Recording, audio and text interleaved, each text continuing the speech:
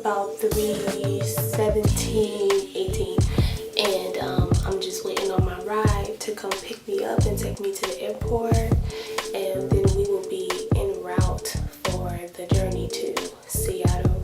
I didn't really sleep. I don't ever sleep well when I have a plane to catch. It's always like this feeling like I'm just gonna miss it, so I can't never just rest. But I'm excited. It's my first time in Seattle, and it's been about not quite a year since I ministered on stage, but almost. So yeah, I always get nervous when I'm not doing it consistently. So I don't want to say that I necessarily like I battle stage fright. I think that I've come a long way with dealing with it, but it definitely is a very uncomfortable feeling for me being on stage. But for some reason, after prayer, my mother, she prayed for me, and I just felt a lot of peace. So I'm just really excited for what God's going to do for tonight. So yeah, y'all stick around and see all the behind the scenes stuff. It's going to be dope. All right, y'all, so I'm about to get on the plane.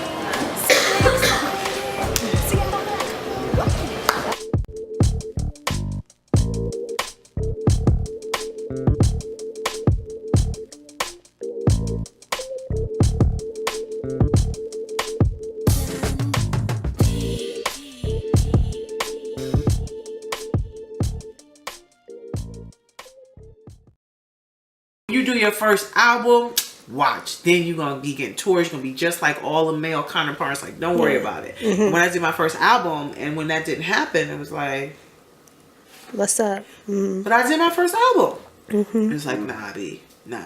I was like, oh, okay. So then I did the Women's Project, and I was like, oh, okay, cool. Like, this is gonna, I did Pure, and Pure wasn't just women. It was women and men, because it's like, how can we have a conversation about women without other women's voices, and how can we have a conversation about women without men's voices? Like, It's true. That just doesn't seem like it makes sense, So it's like, it has to be men. It has to be both. Are speaking into the, our situations and about us too. Did that, and that was cool. But then afterwards, it was just strange. It was just like not being invited to certain women things, or not being invited to certain things in general, and then God beginning to like speak to me, Give you your own lane, and that's something that God has been revealing to me, is that people think that they need CHH. No. CHH is so small, and that's not even a decimal, of where God can take you. It's interesting too, because I feel like I've always been doing music that I felt was life music. I've always done music that I felt spoke to life and life issues, and I just feel like if Christ is in your life, then there's no way for that not to show up in your music. Right, and, absolutely. If you live a life, then there's no way for you not to talk about the life that you're living, because the Bible talks about lives and lives that are lived and lived well, and the Bible isn't solely a book of Psalms. You know what I mean? And I feel like when it comes to like gospel music, or when it comes to CHH, initially, it just felt like everything was either like, exhortation, which is awesome. We definitely need to praise the Lord like all day, right? But then I just felt like it was either that, or like people were like exegeting text. Exegesis. No problem. Right. That is edifying, and there's a portion of believers, there's a portion of us as believers that need that. But I feel like we all have posts, we all have assignments. And so also something that bothered me too is that people who didn't necessarily, exegete text, or people who weren't like every other word was in Jesus, Jesus, Jesus, that people in the genre didn't feel as if there were room for them until somebody like a Lecrae started doing life music, and then now all of a sudden don't nobody want to say Jesus in none of their songs. You know what I'm saying? Everybody's it's such a fine line doing life music, because now Lecrae doing life music, but before, if it was a me or a Jafia or just different artists. Jafia. Oh my gosh, his music is so dope. Yeah, so dope. You know what I'm saying? People was like, oh, where's my holy water? We need some more Jesus. You know what I'm saying? It's like, bruh. But Christianity is it's so conservative too. You know what I'm saying? It's like, even, okay, in the context of just like within its setting, you know, or within its region, they real conservative when it comes to the house, but outside of it, that's a whole nother story. I think that in itself too is a problem.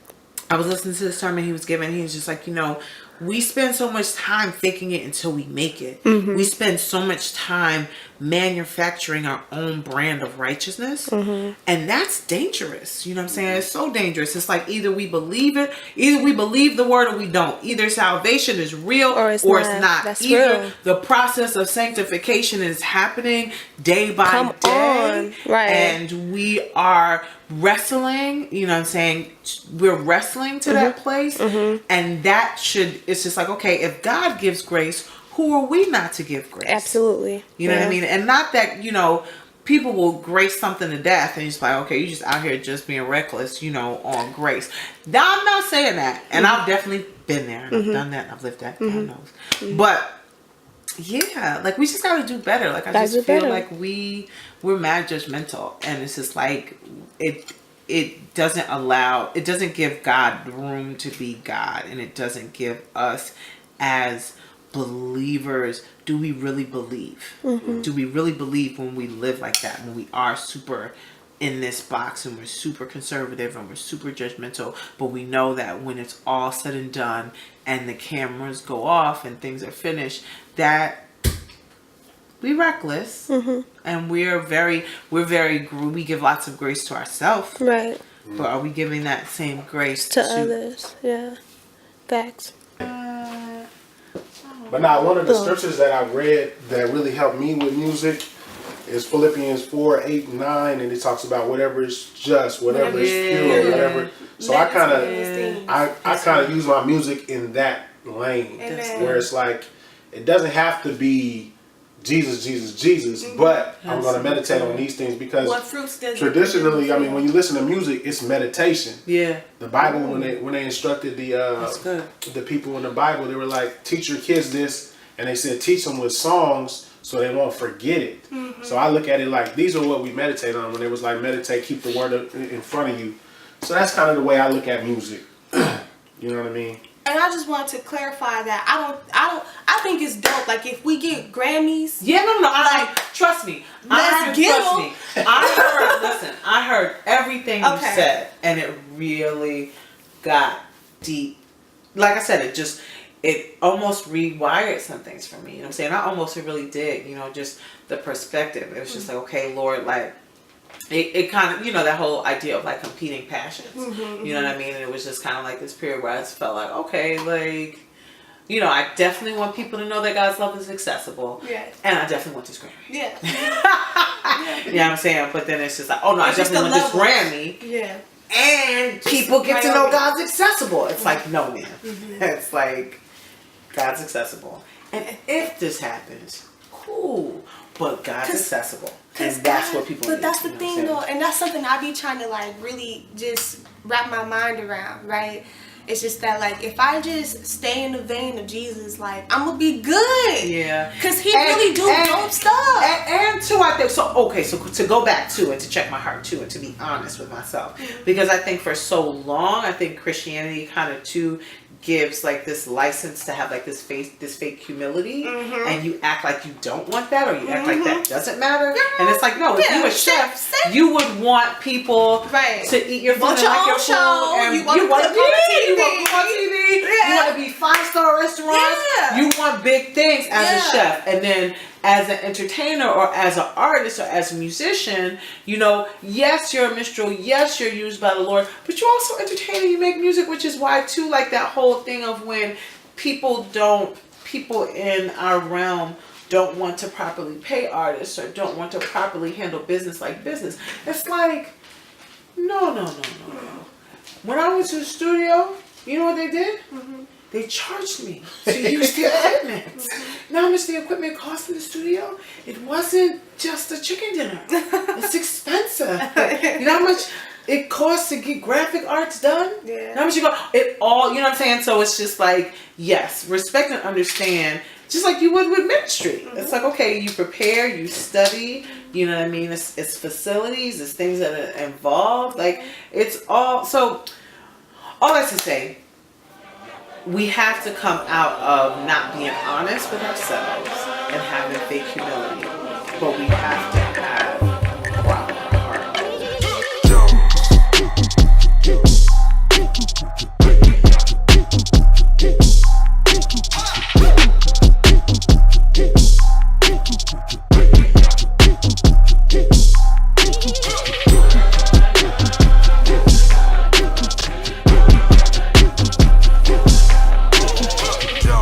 Yo, I'm here at the Rhymes and Roses show, and we got special guests that came all from the United States, all over the spot. So I'm gonna start right here on my left, and that's Lex Divine. Tell us about yourself real quick. Okay, so my name is Lex Divine. I am 27 years old. I'm from Las Vegas.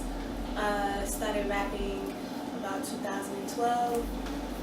That's around the time where God had called me to start rapping. Originally, I was a singer doing background vocals for gospel groups in my community. Okay. Sung backup for Mally Music once, for opening show for him and stuff. So I did a lot of singing. And then I was actually reborn. I was raised and stuff in the church. And but when I turned 19, the understanding of living holy is when it all became real to me. And then I got introduced more intimately to Christian hip hop. And then I met people from the West Coast like Beautiful Eulogy, Jake Gibbons, John Gibbs, those people around that time. And I went to a concert and the Spirit just came to me there and was just like, this is what I want you to do. And then later it turned into like, no, I want you to not just be on stage, I want you to actually rap. And so I spent just like a couple years just in my room writing, and then he just released it. So that's how I got it. Dope. Yeah. Shy Speaks. You told me to call you Shy, so we're gonna do that. How about you tell me a little bit about yourself? So my name is Shy. I'm artistically known as Shy Speaks. I would say I'm a hip hop and spoken word artist from Dallas, Texas. Okay. Triple B that. A little bit about me, man.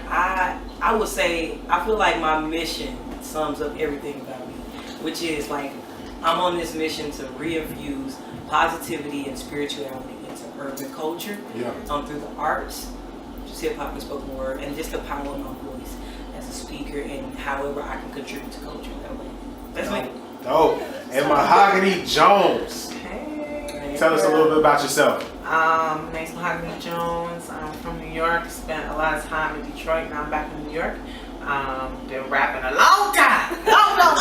Long time. And I see myself just as a hip hop artist and an arts educator, just really passionate about creating music and creating art that shows that like God is accessible. And that God is not far away.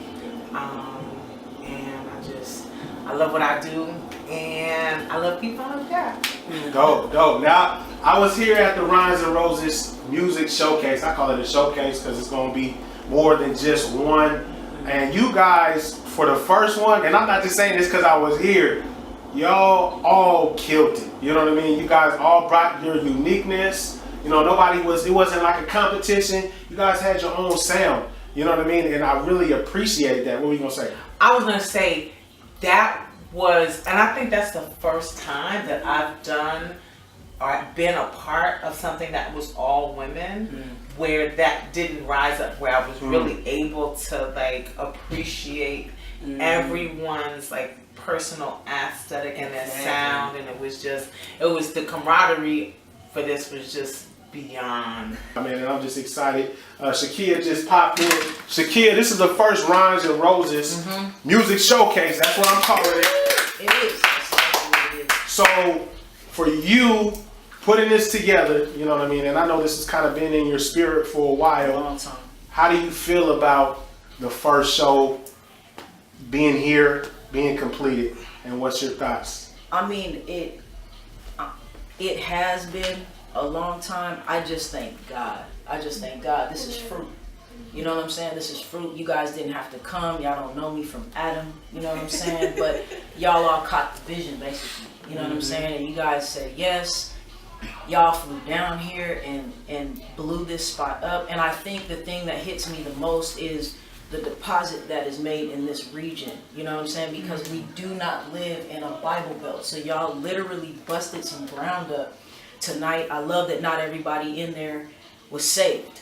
You know what I'm saying? I love that you all were unapologetic in your delivery.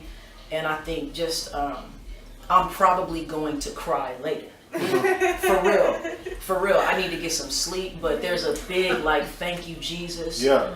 There's people in my life that don't care for rap, but they fully support what I do, and that matters to me. You know me, you know what I'm saying? It matters to me to have the support and nod and presence of leadership. Yeah. And so I thank God for the grooming and the process, and you all coming here makes everything that has been. Because you know me, man. You know me. I've been on the backside a long time. And so this right here makes all that stuff worth it. You know what I'm saying? Like, it's just beautiful to see. I can't buy this. You know, I can't buy this kind of fruit. And I look forward to, if this is what the baby looks like, you know, if this is big paws on a puppy, I can't wait to see, you know, where this goes. And I'm just thankful for everybody being willing to jump on board, you know. So this is only the first. This will be happening, and this will be expanding. Explain it all. I got the dang airline on the phone because something's going wrong with my ticket. Supposedly, my flight is delayed, and I'm supposed to catch a shuttle in like within 3 minutes. I don't know what the heck is gonna happen, but yo, like I'm just so tired. I'm just mad tired. But the whole night was very, very successful. I'm really grateful. Really grateful for today and the fellowship with, you know, the ladies, and it's just something that like I know is missing in my journey. Being in CHH, it's just like the fact that getting together with other women, you know, on a bill or whatever, and it's just so rare. And like one day was just not enough, dude. Honestly, for all the conversations and the stuff that we were addressing, it was just like so much needed to be said in so little time. But I'm hoping sooner than later that I'll be able to, you know, continue where we left off. And ultimately, like, I love to get experience. I love to do shows because it makes me feel like, you know, like God is really telling me to do this versus me just like, you know, not feeling like I'm being progressive in my walk. But yeah, it was a very interesting yet very tiresome day. I wish I could have slept in this bed, but it's all good. Super grateful. Probably talk to y'all more when I get home. All right.